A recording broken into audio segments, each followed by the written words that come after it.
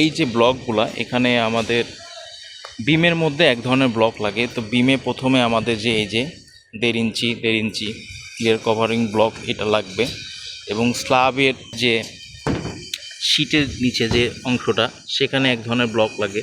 এটা হচ্ছে 3-4 ইঞ্চি বা 1 ইঞ্চি কোথাও দেওয়া থাকে, সেইভাবে ডিজাইনের যেই রকম থাকবে আপনি সেভাবে বানাবেন। এবং আরেকটা হচ্ছে যে এই যে সিলিন্ডার শেপের যে ব্লকটা, এই একটা শেপের ব্লক থাকবে। তো এই ব্লকটা আপনি আপনার রেইনফোর্সমেন্টের ডিটেলিং অনুযায়ী আপনার সেইভাবে আপনাকে বানাতে হবে, যেন উপরের আবার আপনার যে ক্লিয়ার কভার রাখার কথা এই টপের রিভার থেকে যে ক্লিয়ার কভার রাখবেন সেই অনুযায়ী যেন এই সিলিন্ডার ব্লকটা যেন ঠিক থাকে, যে আপনি সব কিছু শীটের থেকে আপনার টোটালি আপনার স্ল্যাবের থিকনেস 6 ইঞ্চি। তো এই রড থেকে যদি আপনি এটা সব থেকে টপের রড এখান থেকে যদি 1 ইঞ্চি কভারিং থাকে বা 3/4 থাকে, তো 3/4-এর পরের থেকে কিন্তু আপনার 5.25 ক্লিয়ার কভার কিন্তু আপনার এই শীট থেকে এই রডের টপ পর্যন্ত মাপ হতে হবে। তো ওইভাবে হলে যতটুকু মেজারমেন্ট দরকার আপনার সেই সিলিন্ডারটা বানাতে হবে।